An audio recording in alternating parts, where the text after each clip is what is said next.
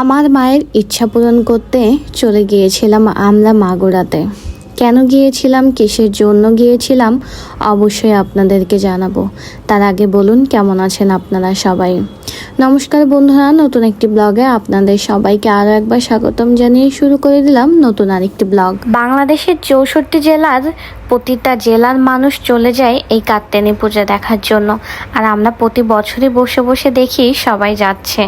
তো মায়েরও ইচ্ছা ছিল যাওয়ার জন্য। মা বলছিল আমার খুব ইচ্ছা, আমি একটু কাত্যায়নী পূজা দেখতে যাব, কিন্তু ওই যে একটু প্রবলেম হয়ে দাঁড়ায়। নিজেদের বাড়িতে যেহেতু কালী পূজা হয় আর কালী পূজার এক সপ্তাহ পরেই কাত্যায়নী পূজা শুরু হয়, তাই সেইভাবে আর যাওয়া হয়ে ওঠে না।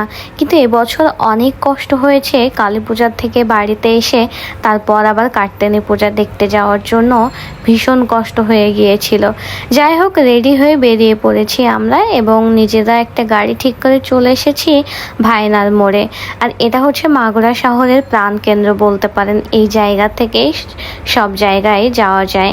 তো এই রোডটার থেকে আমরা এত পরিমাণে ভিড় দেখতে পাচ্ছিলাম এখানে দাঁড়িয়ে। তবে যাই হোক, ভিড়টা একটু কম হয় কিনা তাই দাঁড়িয়ে দাঁড়িয়ে একটু চা খাচ্ছিলাম। আর যেহেতু একটা রিলেটিভের বাড়িতে যাব, তাই মিষ্টি না কিনে নিলে তো হবেই না। তো আমরা এখান থেকে একটু মিষ্টি কিনে নিচ্ছিলাম। তবে কনফিউশনে আমরা ছিলাম যে মিষ্টিগুলো কেমন হবে, ভালো হবে কি না, একটু কনফিউশনে ছিলাম আর কি। তো যাই হোক, রিলেটিভের বাসায় গিয়ে একটু ফ্রেশ হয়েই বের হয়ে পড়েছিলাম তাদের এলাকার কিছু পুজো দেখতে। তাদের এলাকায় প্রায় 3টা পূজা হয়েছে, আর এখানে এসেই তো মানে পুরো মাথা নষ্ট সবার। এত সুন্দর এখানে সাউন্ড বক্সগুলার মানে যে গানগুলো দিচ্ছিল এবং যে বিটগুলো দিচ্ছিল, কেউ না ডান্স করে থাকতে পারবে না। তো বিভিন্ন প্যান্ডেলে আমরা ঘুরে ঘুরে দেখব, তার আগে আমরা একটু রেস্ট নিয়েছিলাম এবং খাওয়া দাওয়া করে এলাকার 3টা পূজা আমরা দেখতে বের হয়েছিলাম।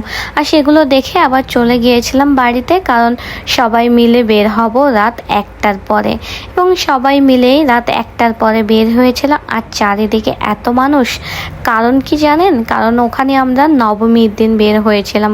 অষ্টমী নবমী ভীষণ ভিড় থাকে, কারণ অষ্টমী নবমীতে বাইরের থেকে অনেক লোক আসে। প্রায় বাংলাদেশের 64 জেলা থেকে লোক আসে আমি বলবো। আর দাঁড়ানোর কোনো ভিড় ছিল না। আপনাদের সঙ্গে মজার একটা মুহূর্ত শেয়ার করি, চলুন। আগে প্রথমে আমরা একটা প্যান্ডেলে গিয়েছিলাম, আর সেই প্যান্ডেলে এত পরিমাণে ভিড় ছিল, তবে আমরা লাইন ধরে হাঁটছিলাম। আর ওই লাইনে হাঁটা লাগেনি, সবাই ঠেলেই সামনে নিয়ে গেছে, এরকম একটা অবস্থা ছিল। তবে বিশৃঙ্খলা ছিল না, কোনো খারাপ কিছু ছিল না। সবাই একদম নিলিবিলিতে পূজা দেখেছে, ডান্স করছে, মজা করছে এবং অনেক সুন্দর করে সেজেগুজে সবাই এসেছে। আসলে মাগুরাবাসী এই একটা দিন বলবো না, জাস্ট 5টা দিনের জন্য অপেক্ষা করে থাকেন। তারা এই 5টা দিন ভীষণ মজা করেন, আর করবে না কেন? এত লাইটিং, এত মানুষ, এত আনন্দ, এর ভিতর কেউ না আনন্দ করে থাকতে পারবে না। তো যাই হোক, আমরা এই জায়গাটা অনেক বেশি মজা করেছি। আমার ননদ, আমার যা, আমার বোন এবং আমাদের সঙ্গে আরও ছিল, যার বোন ছিল, তার হাজব্যান্ড ছিল, আমার হাজব্যান্ড, আমার ভাসুর, সবাই মিলে এত আনন্দ করেছি। পূজার জন্য 2টা দিন ছিলাম, 2টা দিনই অনেক নাচ গান, খাওয়া দাওয়া, ঘোরাফেরা, অনেক কিছু হয়েছে। আর এটা ছিল মানে শ্মশান। এই জায়গাটার মন্দিরটা দেখুন কত সুন্দর। এত ভিড় হয়েছিল এই জায়গাটায়, তবে এখানে একটু প্রবলেম হয়ে গিয়েছিল। এই জায়গাটায় মানে কোনো একটা ছেলে কোনো একটা দুষ্টামি করেছে, তার জন্য ওকে ভীষণ মার দিয়েছে। তো আমরা এখান থেকে বের হয়ে যাব এবং দেখছিলাম যে এখানে অনেক সেলিব্রিটি কন্টেন্ট ক্রিয়েটররা এখানে এসেছিল এবং অনেকের সঙ্গে দেখা হয়েছে। তবে কাছে গিয়ে আমি ছবি বা ভিডিও করিনি, কারণ আমরা সাথে অনেকেই ছিলাম, যে যার মতো করে আসলে চলাচল করছিলাম আমরা। এই জন্য আমি যদি তাদের সঙ্গে ছবি বা ভিডিও করতে যাই, দেখা যাচ্ছে তারা চলে গেল এবং তাদেরকে হারিয়ে ফেললাম। আর এই ভিড়ে হারিয়ে ফেলা মানে ভীষণ একটা খারাপ পরিস্থিতির ভিতর পড়া। যাই হোক, একটা জিনিস আমার কাছে খুব ভালো লেগেছিল এখানে, যে বাসের এই পাশে থাকবে মেয়েরা, ওই পাশে থাকবে ছেলেরা, এই জিনিসটা ছিল। ছিল, তাই আমরা সেইভাবে একত্রিত হয়ে পরিবারের সবাই নাচতে পারিনি, বিশেষ করে ছেলেদের সঙ্গে। তবে আমরা মেয়েরা একত্রিত হয়ে খুব নাচানাচি করেছি। আর এই যে আমার হাজব্যান্ড, সেও অনেক চেষ্টা করেছে নাচার জন্য এবং সেও দিয়েছে, ডান্স দিয়েছে, ভালোই দিয়েছে, বলবো না খারাপ দিয়েছে। তবে যাই হোক, আমরাও নাচার চেষ্টা করেছি আর কি। রাত 1টার সময় আমরা পূজা দেখতে বের হয়ে যাই সবাই, আর সারা রাত হেঁটে হেঁটে আমরা পূজা দেখেছি। একটু ইজি বাইকে উঠেছি, আবার হেঁটে হেঁটে পূজা দেখেছি। পুরা 1টার থেকে একদম ভোরবেলা পর্যন্ত আমরা হেঁটে হেঁটে পূজা দেখেছি।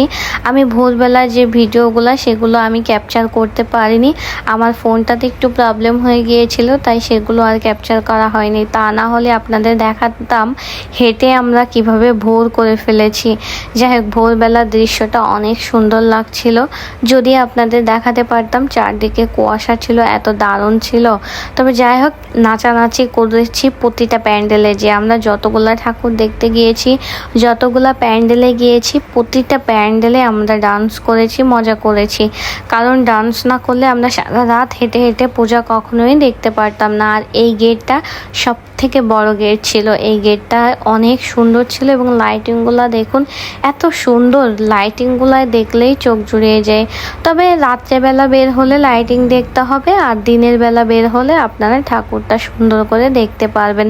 এখানে ঠাকুরগুলো এত সুন্দর সুন্দর কিউট করে বানায়, ছোট্ট ছোট্ট করে, এত সুন্দর লাগে, মনে হয় যে শুধু তাকিয়েই থাকি ঠাকুরগুলোর দিকে। যাই হোক, আমরা মোটামুটি সবগুলা ঠাকুরই দেখেছি। তারপর আমরা যে বাড়িতে উঠেছিলাম, মানে আমার যার বাবার বাড়িতে গিয়েছিলাম, তারা অমায়িক একজন মানে মানুষ ছিল। এত যত্ন, এত আতিথেয়তা পরায়ণ তারা, মানে এত যত্ন করেছে, মানে বলে শেষ করা যাবে না। তো সেখানেই আমরা 2টা দিন ছিলাম। আমরা একদিন থাকার প্ল্যানিং করে গিয়েছিলাম, তবে তারা অনেক জোর করেছিল থাকার জন্য, তাই দশমী পর্যন্ত ওখানে রয়ে গিয়েছিলাম। দশমী শেষ করে আমরা পরের দিন সকালবেলা চলে এসেছি, তাও তারা আসতে দিবে না, একরকম জোর করেই চলে আসা আর কি। তো যাই হোক, এবছর পুজোতে ভীষণ মজা করেছি, মায়ের ইচ্ছাটা পূরণ করতে পেরেছি, এটাই সব থেকে বেশি আনন্দের বিষয় আমার কাছে অন্তত। তো যাই হোক, এই ব্লগটি কেমন লাগলো অবশ্যই সবাই জানাবেন। বাই।